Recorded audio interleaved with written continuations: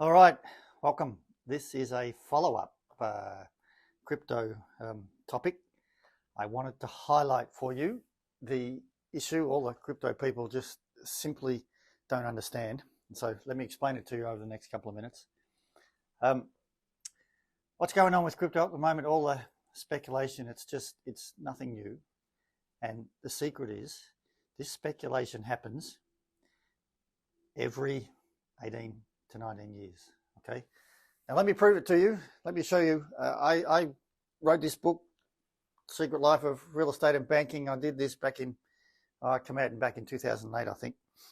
And here's what happened in the early 1970s peak in the cycle from the Second World War.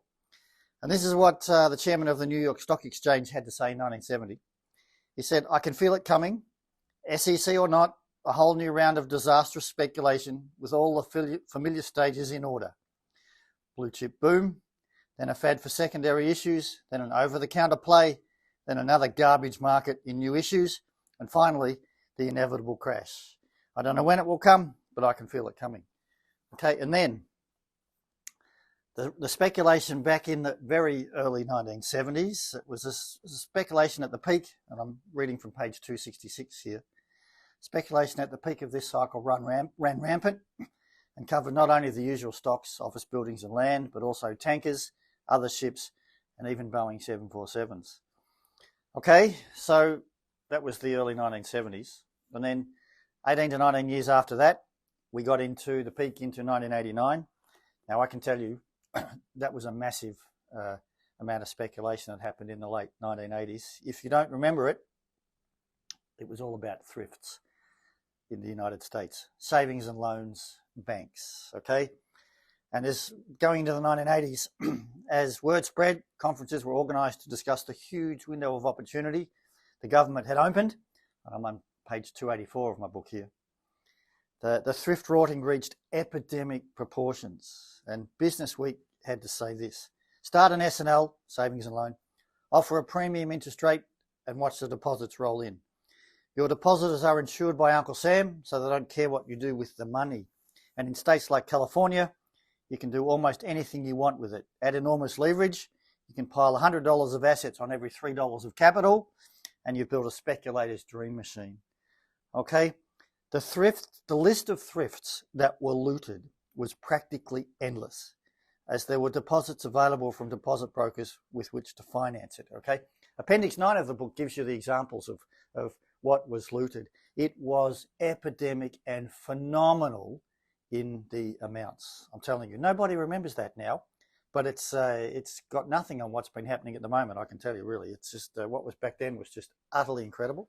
Into the peak in the spring of 1989, I'm on page 285, one of San Fernando Valley's hottest real estate moguls, Mike Glickman, made the bold prediction that Southern California's real estate values would never fall.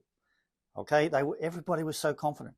Now, Glickman's prediction marked the top of the cycle, and the same will happen again this time.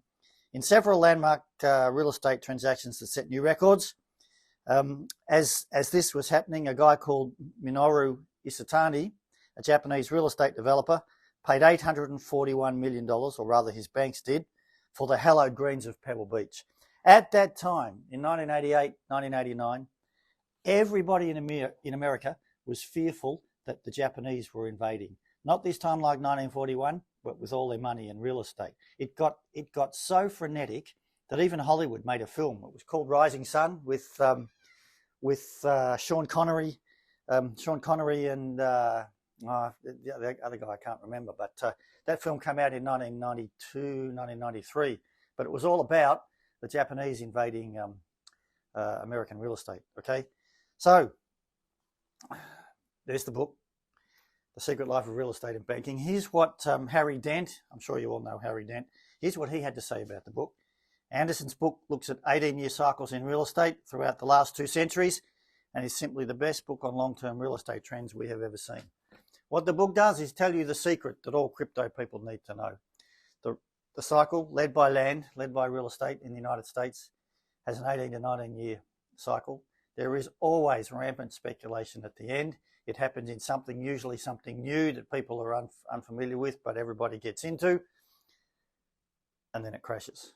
If you don't know what this means, if you don't know what's coming next, you need to get a hold of the book and have a look at how the cycle works. It's about land. It's not about crypto. It's about land. All right, we'll leave it there. We'll talk more later.